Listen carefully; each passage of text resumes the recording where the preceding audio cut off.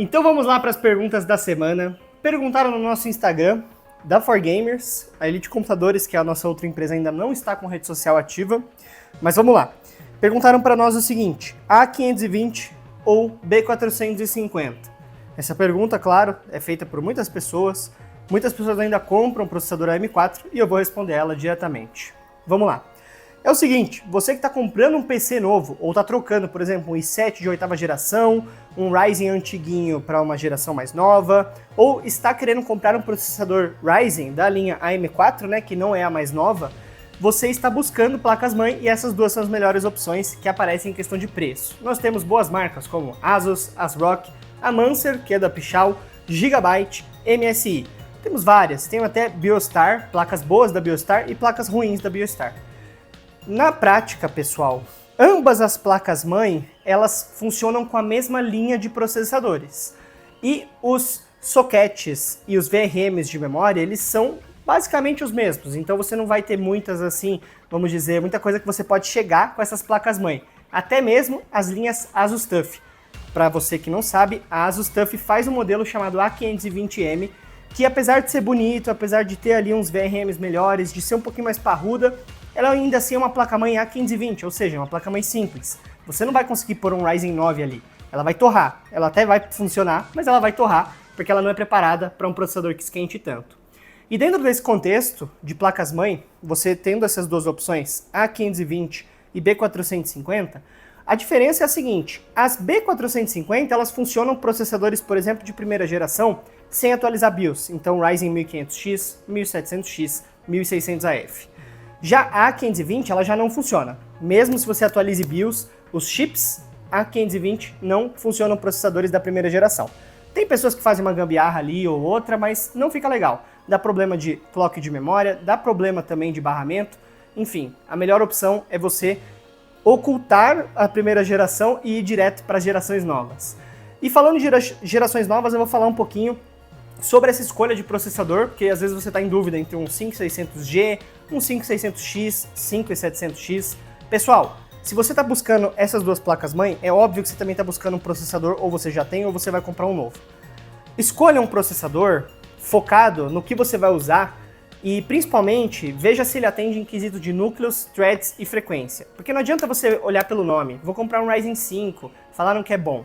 Não, compre a geração correta e que seja um processador forte. Vou te dizer que assim, ó, a partir do 5600X, que é um processador Ryzen 5, um dos mais fortes da linha Ryzen 5 AM4, você já consegue rodar todos os jogos, aliado, é claro, a uma placa de vídeo muito forte. Tá? Ele já é suficiente, porque ele é Hexa-Core 6/12 e ele tem ali um bom clock de memória, ele tem uma frequência boa. Então esse processador em si já é muito bom. A partir dele, para frente, um 5700, 5700X ou o 5700X 3D, qualquer um deles vai ser excelente a sua escolha. E respondendo a pergunta inicial, dê preferência para A520. Os modelos que eu recomendo são ASRock, Asus e Gigabyte. Beleza? Vamos para a próxima pergunta. RTX 4060 ou RX 7600? Recebo essa pergunta praticamente todos os dias no Instagram da 4Gamers. Para você que não me conhece, eu sou o Rodrigo, aqui da 4Gamers, uma empresa em São Paulo, capital, que vem inovando no setor de hardware, PCs e tecnologia. Nós temos vários sistemas aí para você utilizar, sistema de upgrade surpresa, sistema de monte seu PC, orçamento na medida e etc. Confira os links na descrição, obviamente. E se inscreva no canal. Essa pergunta ela é muito fácil de ser respondida. A resposta é: qual é mais forte? Olha, em FPS já foi comprovado que a RX 7600 ela atinge FPS um pouco mais altos que a 4060 em alguns jogos, principalmente jogos que utilizam muito 3D e utilizam muito efeito de iluminação. Não estou falando de Ray Tracing, estou falando efeito de iluminação. Isso faz com que a placa, que tem um pouquinho mais assim de desempenho em velocidade, e os testes dela nos benchmarks acabam saindo mais altos, tenha uma relação de FPS maior se comparados com processadores iguais. Agora, falando de tecnologia, sistema, NVIDIA Broadcast, o aplicativo da NVIDIA nativo agora, que é a NVIDIA App, né, que ele substituiu o GeForce Experience, cara, não se compara uma placa de vídeo NVIDIA com uma Radeon.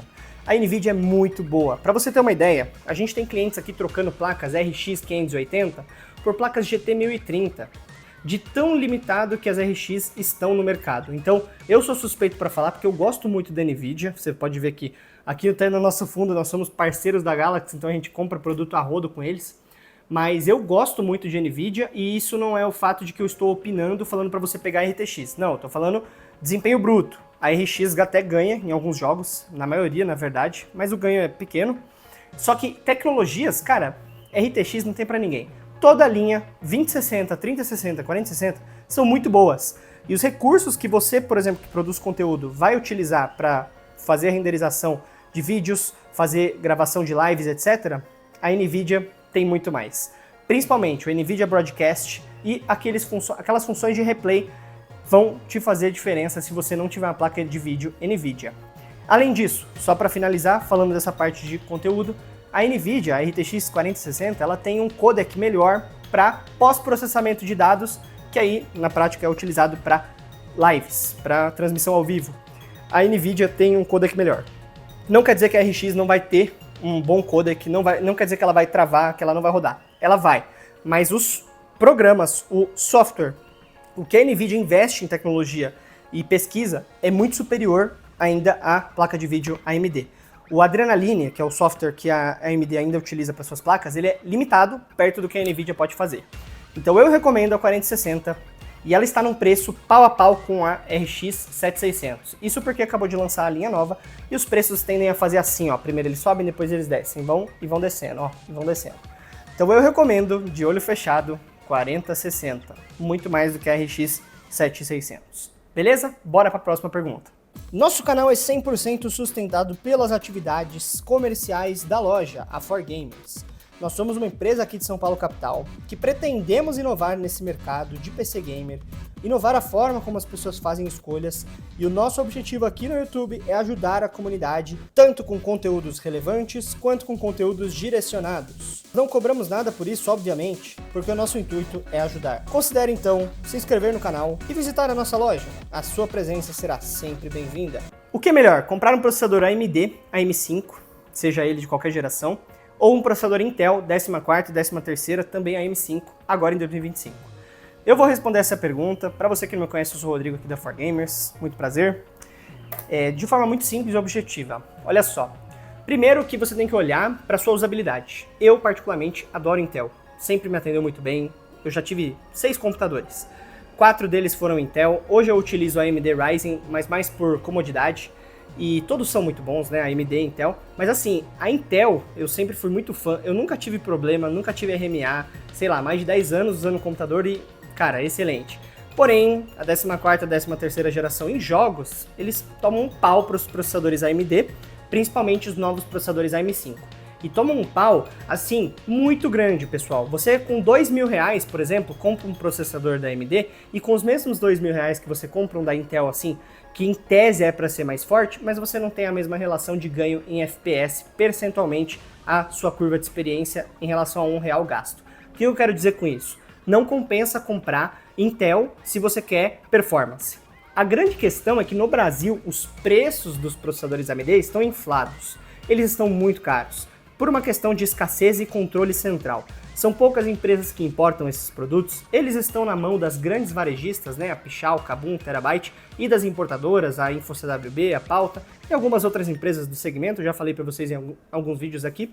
E por isso, a gente sofre com a escassez e a Intel está mais compensativo. Você comprar processadores Intel parece melhor em 2025, porque um i5 de 12ª geração custa R$600. Já um Ryzen 5 5600X custa R$1.000. Em tese, é para eles serem pau a pau. A AMD ainda ganha em desempenho, mas assim, não vale a pena você, às vezes, trocar o seu socket de placa-mãe e tudo só para pegar a AMD. Não vale. Os preços estão muito altos. E a vantagem da Intel, na minha visão, é que para quem não joga, as funções de hyperthreading que os processadores até a 14ª ainda possuem, são muito boas para atividades diárias, como, por exemplo, uma pessoa que utiliza 60 abas de Google Chrome abertas, 5, 6 programas abertos ao mesmo tempo. Eu acho a Intel, e os testes dizem isso também, em multitasking, em várias atividades ao mesmo tempo, melhor do que a AMD. A AMD parece melhor em fazer uma coisa específica, fazer uma atividade, ter foco naquilo. Por exemplo, rodar um jogo, ela tem performance melhor. Não é tanto maior assim também, tá, pessoal? Para você que é leigo e não sabe, quando eu coloco um pau a pau, um processador Intel e um AMD da mesma linha, mesma geração, vamos dizer assim, versão não X da AMD e uma versão F da Intel, o desempenho é mais ou menos assim, ó, 100 FPS num jogo para AMD, 90 para Intel. Não é uma perda muito grande. O pessoal na internet exagera. Ai, mas eu vou comprar o processador porque ele me dá 10 FPS a mais. Meu filho, você é lento com seus olhos, porque o ser humano é limitado. Você nem joga tão bem assim, então para de ser mimizento. O pessoal gosta que eu fale isso nos vídeos, né? Mas é a verdade. E não faz diferença. Então, compre pela necessidade, faça um estudo prévio de uso e rentabilidade e não faça aquisições que não façam sentido. Nessa briga, eu acho que a M5 realmente vale a pena. Por quê? Ela tem um bom custo-benefício, mas o preço está inflado e aí essa curva de custo-benefício foi um pouco deslocada. O que eu recomendo de processadores? Vou fazer uma listinha aqui falada para vocês atualmente. Ryzen 5 7600 é um processador muito bom. Ryzen 7 7700 num preço atrativo de R$ 1.700 vale a pena, tá valendo o gasto. E processadores i5 13ª, i5 14ª, i5 14ª KF ou o K, versão overclockada, i7 de 13ª e 14ª são muito bons, e Ryzen 5, se você for pegar um AM5 mais novo, 8400F é uma excelente relação de custo-benefício, tá bem barato e tá valendo a pena. Placa-mãe para acompanhar esse kit, já falei no começo do vídeo, mas falo de novo. Você pode pegar uma MSI A620M, você pode pegar uma placa-mãe da ASRock, da Asus, tem várias opções. Eu recomendo que você vá pelas marcas assim mais mainstream e não economize nisso, porque a placa-mãe dando problema, ela pode queimar outras peças do seu PC. Não faz sentido comprar uma super baratinha dessas marcas no Mercado Livre que você acha e acha um preço bom e tal. Não vale a pena. Beleza? Respondida essa pergunta então. Pergunta do nosso querido amigo Luigi, do Instagram. Melhor placa-mãe para Ryzen 7 5700X 3D. Poxa, Rodrigão, qual que é a melhor placa-mãe para isso? Bom, eu sempre falo nos meus vídeos o seguinte, depende de como você vai usar o seu PC, depende do seu bolso, depende da usabilidade final. Porque é o seguinte, esse processador é muito bom.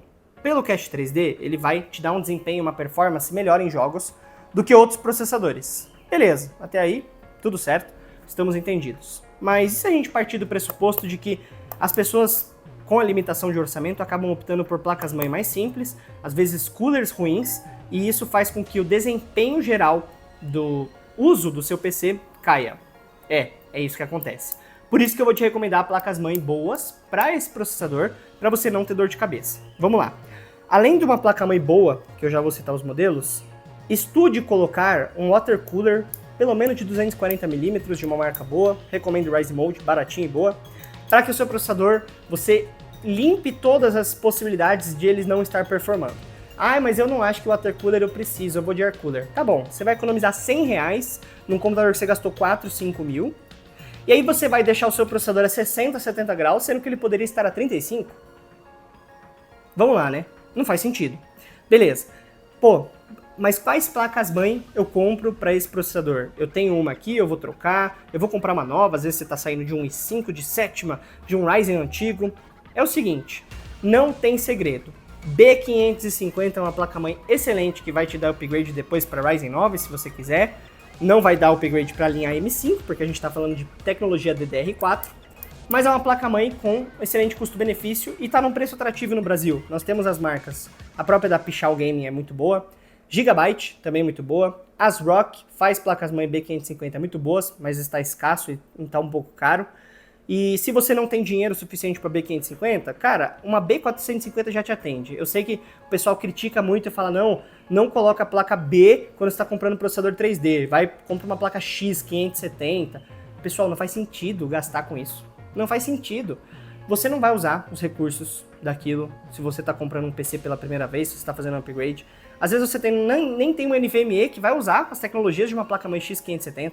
Você nem tem teclado, mouse para combar com aquilo. Você não tem nenhuma placa de vídeo que o PCI precisa das tecnologias de uma X570. Então para que você vai gastar mais? Não faz sentido. Gasta com coisas que melhorem a performance. A placa-mãe, uma topo de linha versus uma B550 padrão ali de R$600, se você combar as mesmas peças nela, ela vai te dar 1% a mais de desempenho, 2% a mais. Nossa, que diferençona, né? Pessoal, placa-mãe não faz tanta diferença. O que importa mais é vamos dizer assim, a construção dela, o quão boa ela é e a taxa de RMA mais baixa possível. E pasmem, X570 tem uma taxa de RMA maior do que B550.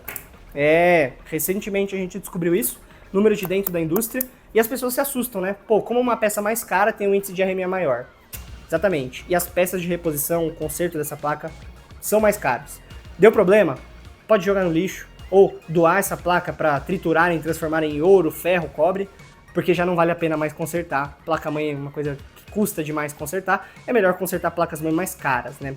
Então é isso, sobre essa dúvida já está esclarecida. Se tiverem mais dúvidas, é só colocar aqui nos comentários que eu leio todos e respondo todos. Qual placa de vídeo escolher para Ryzen 5 8600G? Essa pergunta aqui eu imagino que poucas pessoas tenham, mas quem tem já está direcionado a tomar uma decisão. É o seguinte, eu costumo responder aqui no canal da 4Gamers de uma maneira da seguinte perspectiva: analise o que você vai precisar usar, analise o seu bolso, analise as circunstâncias. Mas nesse caso, o 8600G já me mostra que você tem um nível de renda ali que é respectivo ao 8600G. Então eu não vou alastrar aqui na minha recomendação, eu não vou te passar recomendações que fujam do seu escopo e fujam daquele universo que o 8600G abrange. Por exemplo, uma placa de vídeo RTX 4070 já está desequilibrado com esse processador, eu já não vou falar dela. Mas uma 4060 tá ok, tá dentro ali do universo que esse processador pode tancar. Uma placa de vídeo RX das linhas 9000 que acabaram de lançar até atende, por exemplo, uma 9070.